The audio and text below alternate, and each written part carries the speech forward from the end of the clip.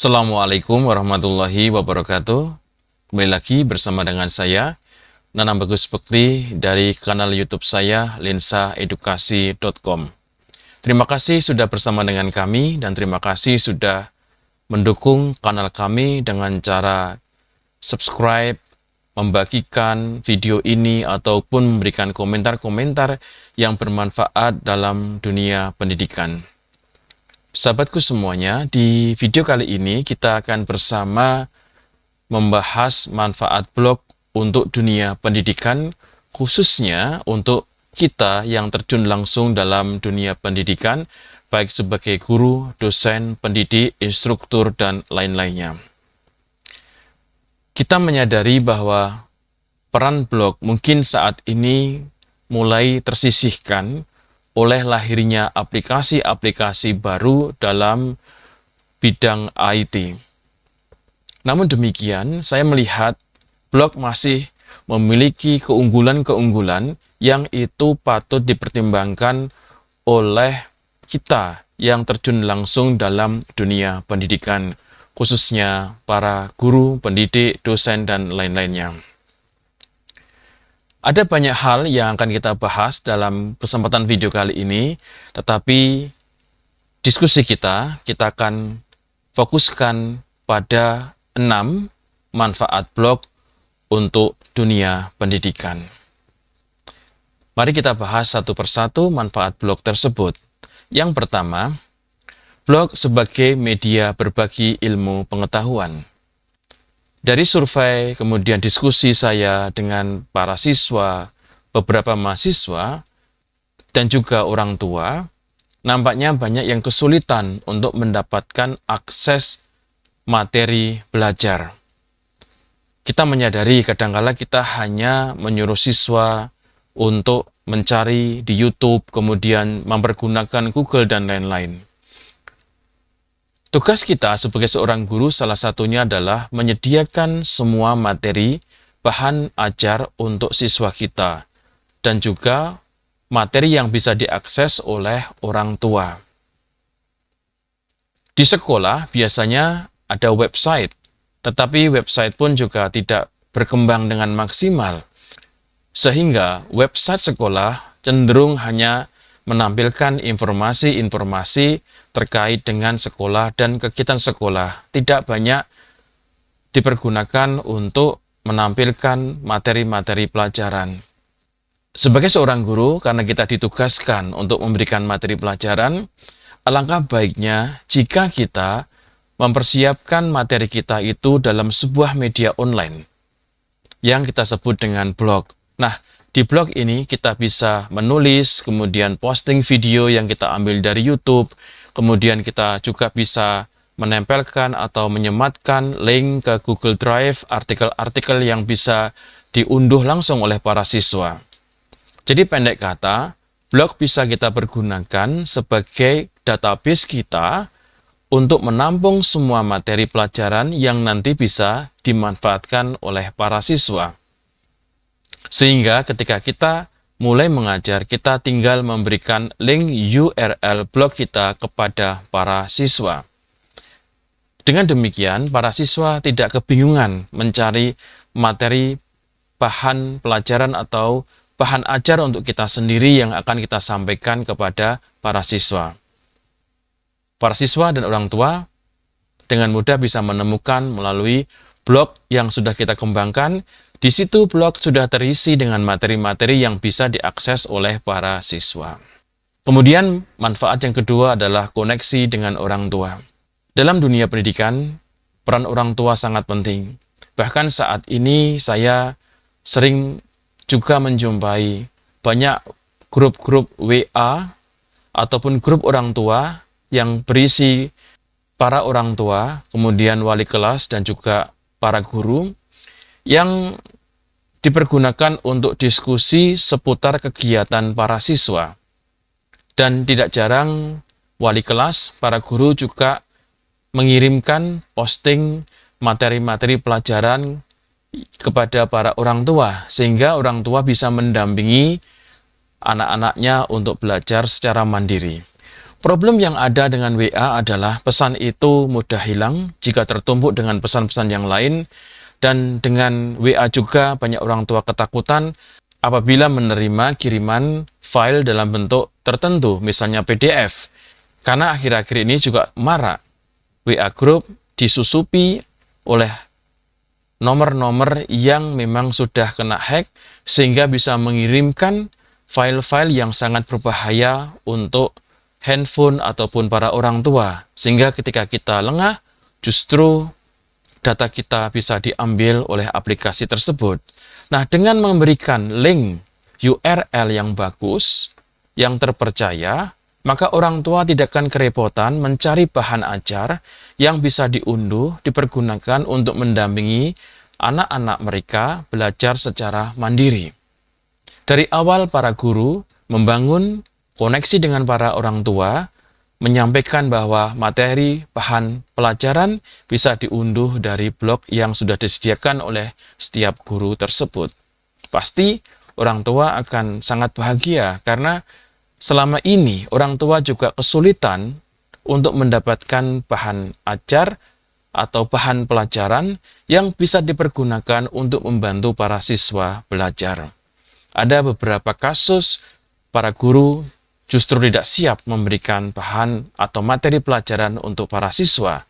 Seringkali materi-materi tersebut dikirimkan tengah malam, larut malam, sehingga orang tua tidak memiliki kesempatan untuk mendampingi putra-putra mereka, putra-putrinya untuk belajar secara mandiri, khususnya saat menghadapi ujian-ujian sekolah. Kemudian manfaat yang ketiga adalah meningkatkan profesionalisme para guru. Nah, kita menyadari bahwa guru berperan dalam banyak hal. Kalau kita menilik konsep teori Ki Hajar Dewantara, ada ing ngarso sung tulodo, ing madya mangun karso tuturi handayani. Nah, dengan memberikan materi yang sebaik mungkin, guru memberikan contoh kepada para siswa untuk belajar secara mandiri, kemudian juga memberikan contoh bagaimana berada di tengah-tengah siswa, memberikan motivasi belajar para siswa. Guru tidak mungkin bersama dengan para siswa 24 jam, tetapi dengan materi yang diberikan secara online, maka siswa bisa mengakses materi dari guru selama 24 jam. Sehingga ketika di sekolah, siswa tidak bisa belajar secara maksimal karena ada materi yang bisa diunduh secara langsung, maka siswa bisa belajar kembali di rumah dibantu dengan orang tua. Kemudian dengan lahirnya blog setiap guru ini, yang pasti adalah guru akan dituntut secara mandiri untuk mencari bahan pelajaran, materi pelajaran, membuat materi pelajaran yang tidak ada, mengumpulkan dari berbagai macam sumber bahan ajar yang kemudian dikumpulkan menjadi satu. Kemudian materi-materi itu tidak hanya dalam bentuk yang sejenis, tetapi juga bisa ditambahkan materi seperti video, kemudian unduh file dari Google Drive, kemudian gambar-gambar yang sudah dikembangkan dengan aplikasi-aplikasi seperti Canva dan lain-lain. Sehingga materi pelajaran pasti akan menjadi lebih menarik. Kemudian yang keempat, blog sebagai sumber referensi. Teman-teman semuanya, kita memiliki banyak sekali pengalaman. Kadang-kala pengalaman itu hanya berhenti dalam sebuah cerita. Jika pengalaman-pengalaman itu kita tuangkan dalam suatu tulisan, kemudian kita posting dan publish dalam suatu blog, maka tulisan-tulisan kita, pengalaman kita dalam mengajar bisa menjadi acuan orang lain. Ini sangat menarik karena kita bisa memberikan contoh praktik baik atau best practices bagaimana kita mengajarkan dan mengatasi semua kendala-kendala yang kita hadapi di dalam kelas. Saat ini, para guru tidak banyak yang berbagi cerita. Kebanyakan cerita hanya disampaikan dalam rapat, pertemuan, dan lain-lain. Jika ini diubah dalam bentuk tulisan yang nanti bisa diakses oleh orang banyak, maka cerita-cerita tersebut bisa menjadi pelajaran bagi orang lain. Cerita yang kita sampaikan di dalam blog tersebut bisa dipergunakan sebagai sumber referensi. Materi-materi yang kita upload, kita unggah di blog juga bisa menjadi referensi bagi guru-guru yang lain, murid-murid yang lain, mungkin juga para pemerhati dalam dunia pendidikan.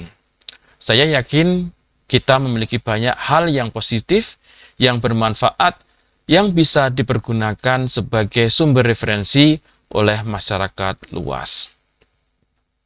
Kemudian yang kelima, personal branding. Sebagai seorang guru, pendidik, dosen, kita memerlukan personal branding. Ada banyak pelaku dalam dunia pendidikan yang berhasil membangun personal branding melalui media sosial seperti blog dan lain-lain, sehingga kepakaran, keilmuan, keahliannya diketahui oleh masyarakat luas dan tidak jarang dari para guru, dosen, peneliti, dan lain-lain ini sering diundang menjadi narasumber.